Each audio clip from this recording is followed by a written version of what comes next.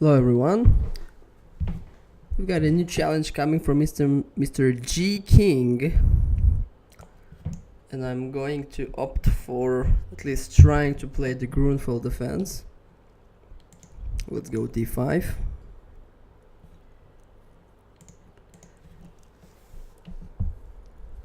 Okay, so we are following the main line of the grunfeld.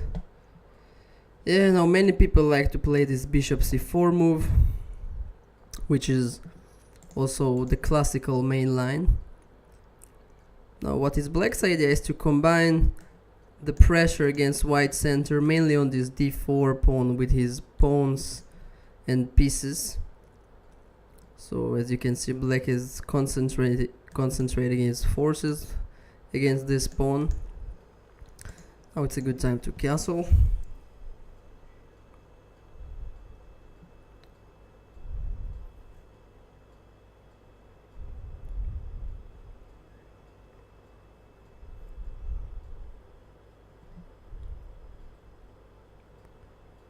Now white in 90% of cases will also castle. There are some minor alternatives, but this is the absolute main line. Now black has a very big variety of choices. Bishop g4 is a move. Queen c7 with the idea to develop the rook to d8 is a move. But I will try something a bit different. Let me play knight a5. Of course, the knight on the rim is not a very happy piece in general, but in the grunfeld defense, actually the knight finds quite a good square here in a lot of positions, because it cannot be challenged by a pawn, and it is one day has an options of penetrating to c4. Now I played this move b6 right now, specifically to illustrate a very typical pawn sacrifice for the grunfeld defense. Basically, black is allowing white to take the pawn on c5, and this pawn will be lost. I mean, there is no way I can keep it, but if he would take it, then it would open up my diagonal for the bishop, and it will also create some weaknesses for himself. So this is why usually people don't play this kind of they don't take this kind of sacrifice. Okay, so black to move. I think now e5 is the move. I'm not 100% sure, but I will go with e5 for the time being. Now black's idea is basically to lure white into closing up the game with a move like d5, because then black will have a very nice outpost for his knight on the d6 square. Okay, so white goes very aggressively with the move f4, but this hangs the pawn on d4, which is a pawn that I can take. I think anyway I have to take it, otherwise white will just overrun me with its pawn, so I'll take the pawn for now.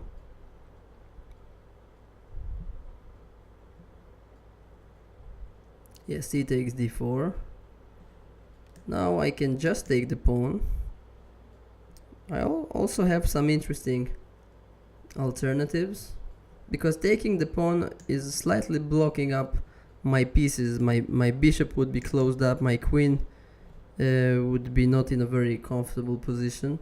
What I really want to do, I want to take on d4 if I can with a piece. So this is why moves like bishop g4 maybe comes to mind, in order to eliminate this knight on e2 and then taking on d4.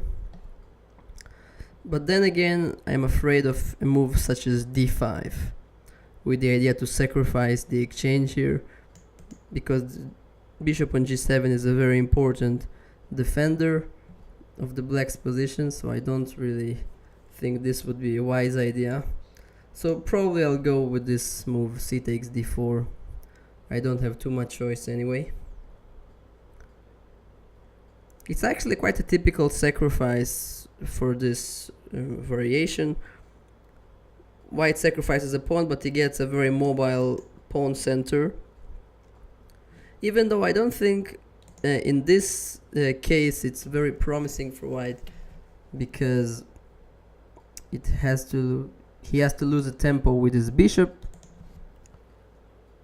and this is why probably it won't work out too well for him.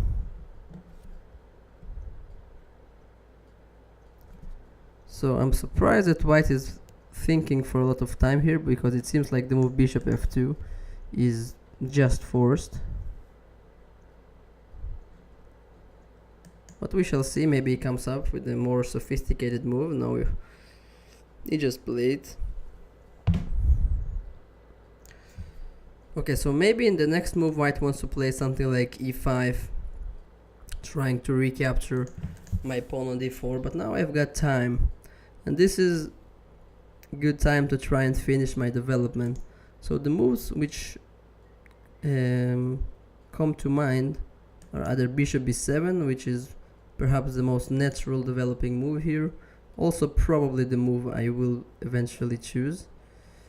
Bishop e6 I like less because it can get hit by the pawn here, so let's do bishop b7. It looks like a very natural move to make. Now if white does nothing special, I can try to play this plan of rook c8 and trying to get my knight onto the c4 square, which is a very nice square. Now if white tries to play the move e5 to try to cut off my bishop from the defense of the pawn on d4, then I will always be able to play a move like queen d5, trying to highlight the fact that this bishop will become a monstrous piece on this diagonal. So I don't think this is something that white can actually do.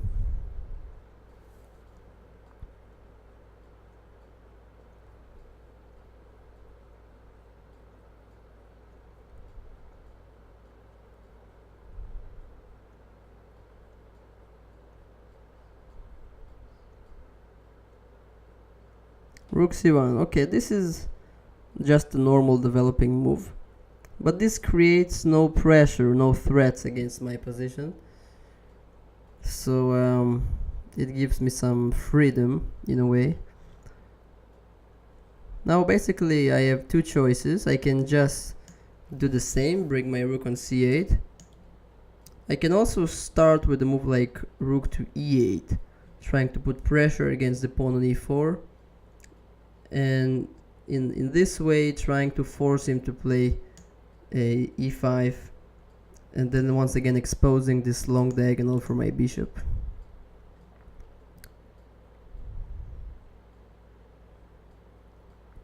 Actually, now that I think about it,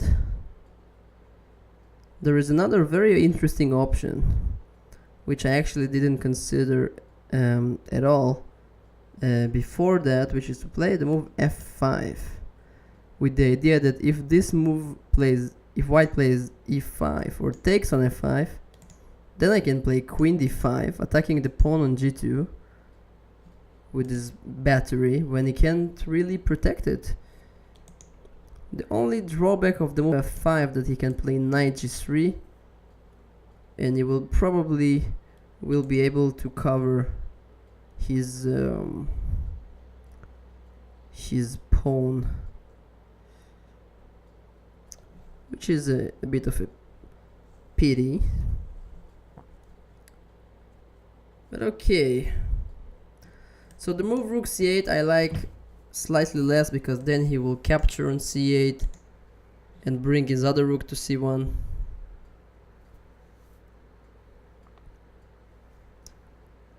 Okay, maybe the smartest thing that I can do is just to play queen to d7, keeping the options kind of open for my pieces, and then maybe playing rook c8 when my rooks are already connected.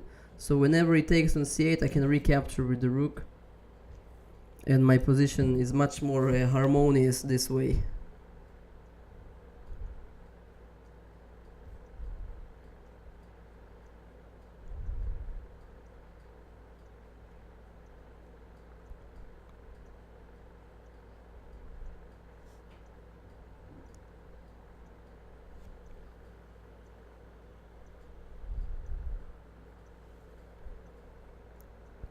It's kind of difficult for white to improve his position here because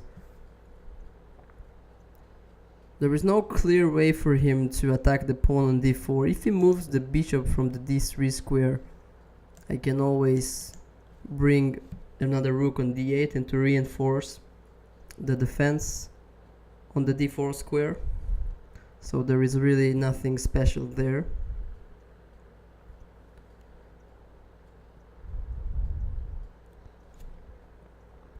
I think white is in a critical moment, critical position right now. Yeah, he chooses to play f5, which is a typical, I would say, reaction for a player which is not, let's say, sure what he wants to do. He will very likely to go for some unclear attack.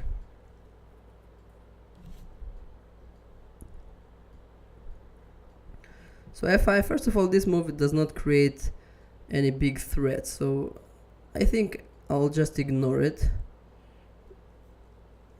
So I either once again play rook e8 or rook to c8, trying to challenge his rook on the c file.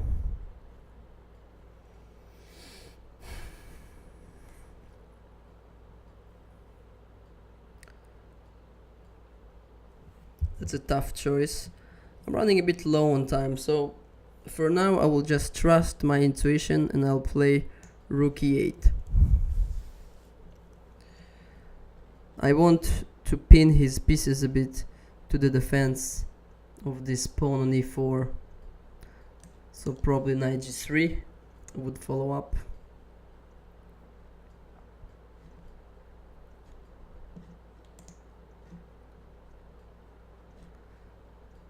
I'm never afraid of a move like f takes g6, because then I can just take back with my h pawn when there is really nothing special going on.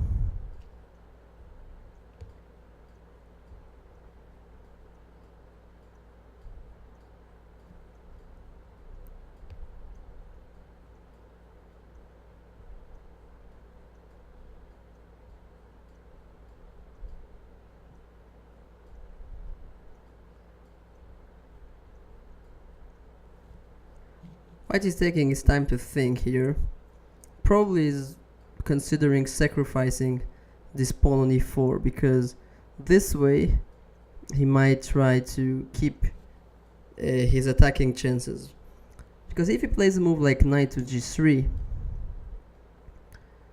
it will probably make his attack less dangerous. This knight on g3 has really no future, because this pawn on g6 completely restricts his movements.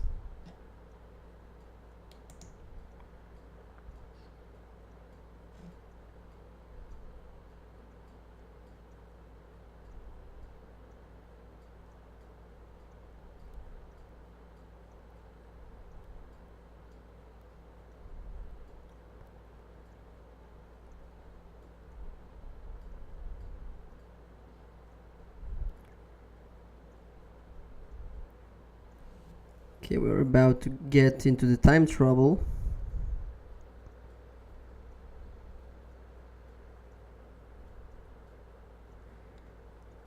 I hope my opponent is aware of that.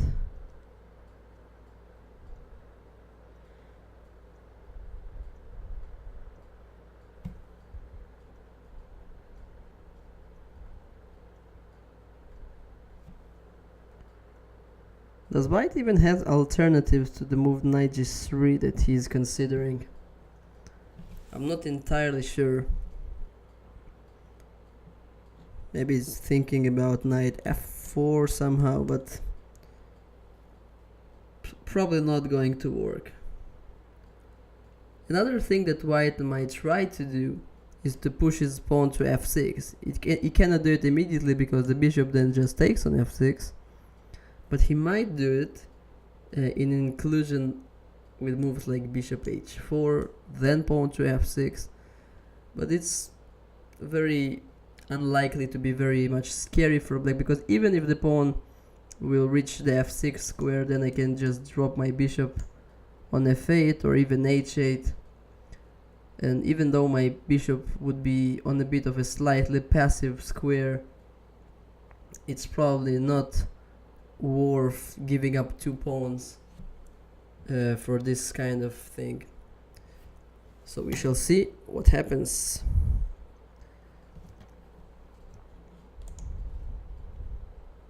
I'm definitely going to take this pawn on e4 if white will not protect it, because this also helped me to exchange some pieces and to relieve some of the pressure.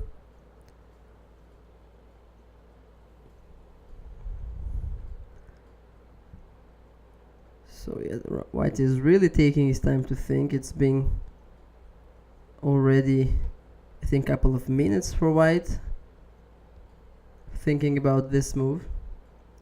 I kind of hope it worth it for him, because to me it doesn't seem like an extremely critical moment or a very difficult decision to make. It seems like the move knight g3 is a kind of a move which is back to be played, but okay, he chooses bishop g3.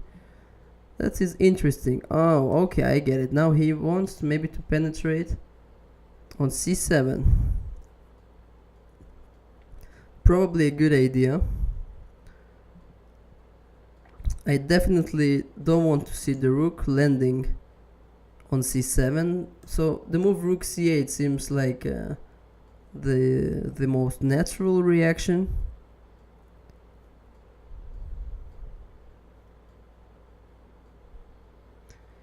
Even though it's possible that I just see ghosts and then there is nothing wrong about taking on e4. But once again, we're getting low on time, so by purely intuitional decision, I will play rook c8 and I won't allow him to penetrate. So he exchanges the rooks. Now I don't want to take with the bishop, of course, because then the bishop would be passive. If I take with the queen, I will get hit by rook c1, so probably rook takes. So perhaps at the end of the day, white managed to kind of save himself from defending the pawn on e4, because now there is no pressure against this pawn. But there is one drawback in the move bishop g3, is that now the square on e3 becomes unprotected. So now if I'm allowed, I will play the move knight c4 followed by knight e3 very quickly, and I will try to settle my knight there forever.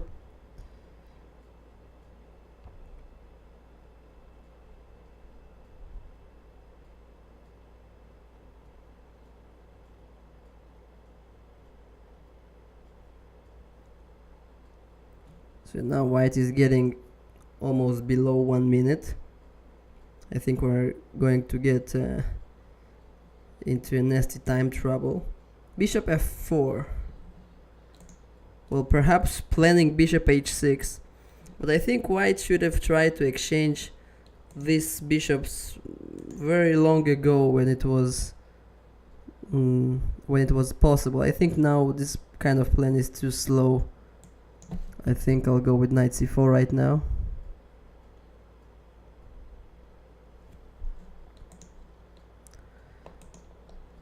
Yeah, now he was forced to give up his bishop on d3. That's basically a pleasant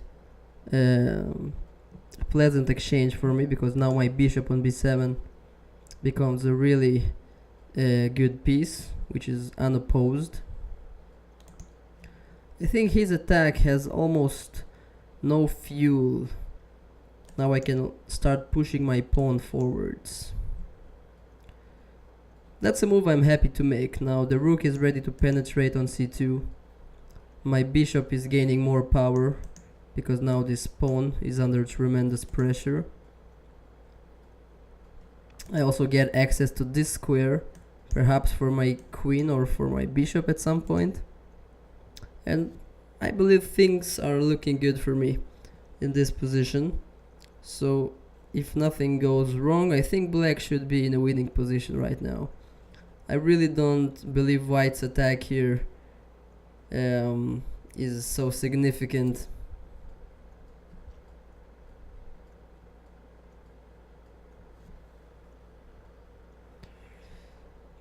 Okay, rook c1.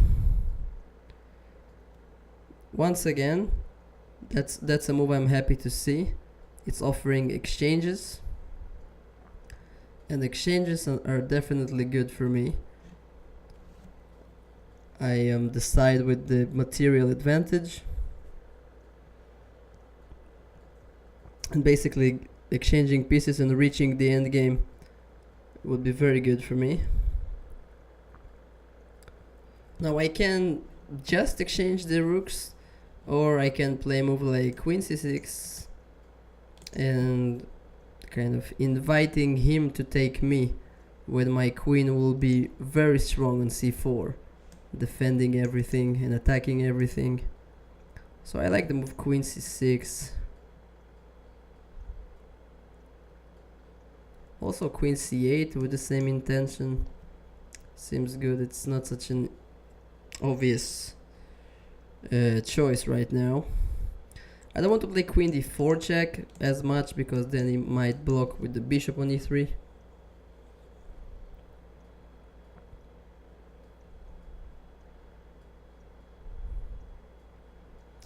Even though then I might have a small tactical trick.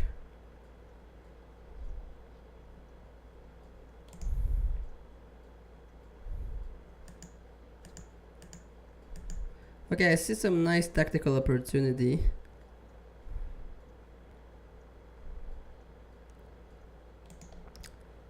I'm not sure if it's working. Okay, let's try to do it. What's the worst that could happen? He'll probably block with the bishop. Yeah, now I have this bishop h6 resource, but I don't want my rook to be hanging, so I'll take it. And now the move bishop h6 seems quite promising because he has no checks, and if he exchanges the queens, then my pawn on d3 will either promote or he will have to give up I'm sorry, or he will have to give up material in order to save it.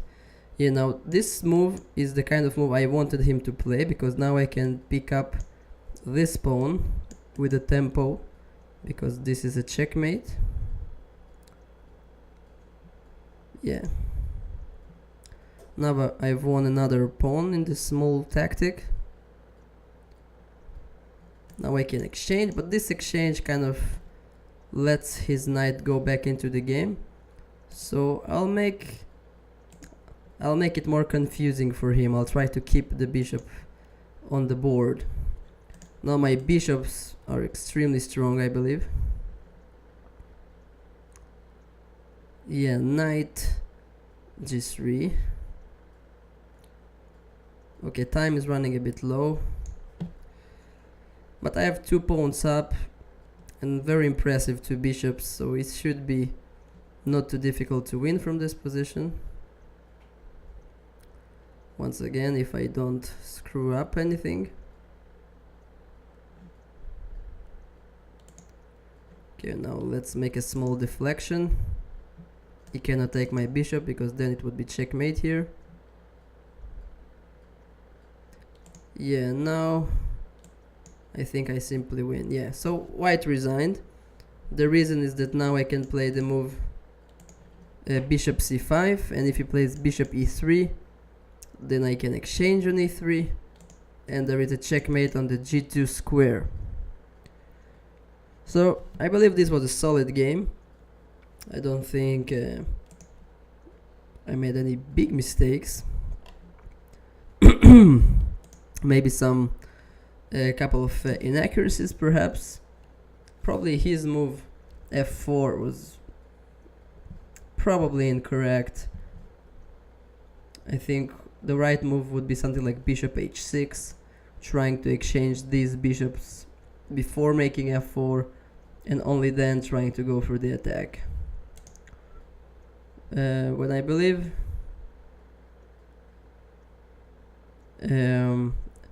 I should have played, oh, my opponent writes I should have played bishop h6 when you played e5.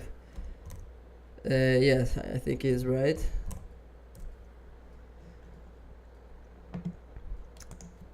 And then I think throughout the game white never had enough compensation for the material, and he basically lost, I think, deservingly. So hope you enjoyed the game. If you like the content on this channel, please don't forget to subscribe and to comment below.